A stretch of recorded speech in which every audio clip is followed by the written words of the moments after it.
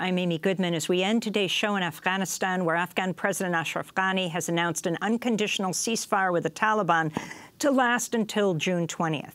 This was President Ghani's first unconditional offer of a ceasefire since his election in 2014. The U.S. has said it'll honor the ceasefire against the Taliban. We go to Chicago, where we're joined by Kathy Kelly, co-coordinator of Voices for Creative Nonviolence, a campaign to end U.S. military and economic warfare. She has made many trips to Afghanistan and just returned from Afghanistan this week. Kathy, if you can explain what's just taken place, how significant is this ceasefire?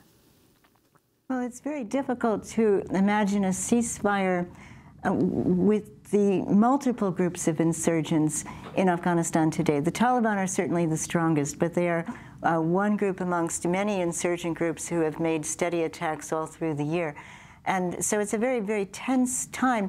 But a lasting peace in Afghanistan would require a way to deal with the destitution, with the unemployment, with the inability of people to feed their families, because it's in part because of that kind of desperation that people turn to joining military groups, police groups, because that's the only way sometimes that they can get an income. Plus, very, very tragically, now 21 out of 34 provinces in Afghanistan are drought-stricken. So conditions are so harsh, so hard, and in Kabul, it's become the least safe place in Afghanistan. I just returned from that city, and in a visit in a refugee camp, you get the sense of exhaustion, desperation, and an inability of the Afghan government to respond. So ISIS claimed responsibility for a recent suicide attack that killed 14 clerics at a peace summit in Kabul. What happened? And was this the spark for President Ghani? Well, it's called the Loya Jirga, and people were gathering to declare a fatwa against suicide bombings, and then a suicide attacker had managed to get inside, and that was when the clerics were killed. I think that Ashraf Ghani, perhaps right now, is very aware that the Taliban have been able to surround various cities in Afghanistan and in some cases take over the cities temporarily. And so he is offering this ceasefire, perhaps knowing that talks might at this point be indispensable for his government to continue. But included in his government are various warlords and sons of warlords, and so it's a very, very tense time.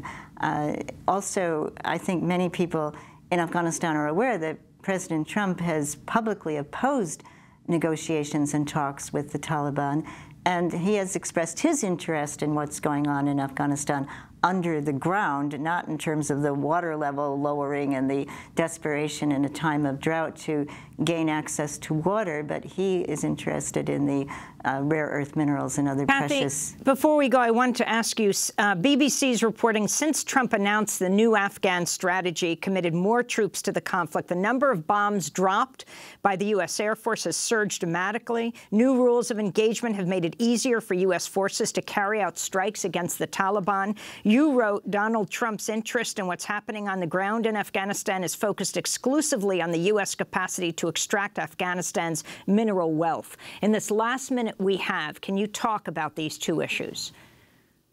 Well, one person from the Wardak province, when I was last in Afghanistan, said when I asked, well, how is your family? You know, this is an area where the strikes are so heavy. He said, we can't find space to bury the dead. There have been so many bombings. And yet, you know, I think President Trump's main interest in maintaining troops within Afghanistan has to do with being able to control the possible extraction of wealth under the Hindu Kush Mountains in the future, and also being able to send signals to China and to Russia that the United States still has a foothold in that country.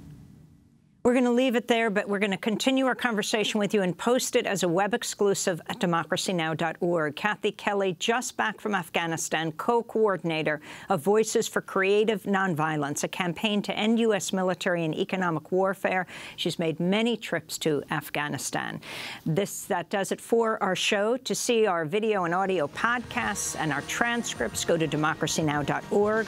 Democracy Now! Is accepting applications for our paid video production fellowships. Find out more at democracynow.org and sign up for our daily digests, our news digest. Send the word Democracy Now! To the number 66866. Democracy Now! One word to 66866. Democracy Now! Produced by Mike Burke, Renee Feltz, Noreen Shea, Carla Wills, Laura Gottesdiener, Sam Alcoff, John Hamilton, Robbie Karen. I'm Amy Goodman. Thanks for joining us.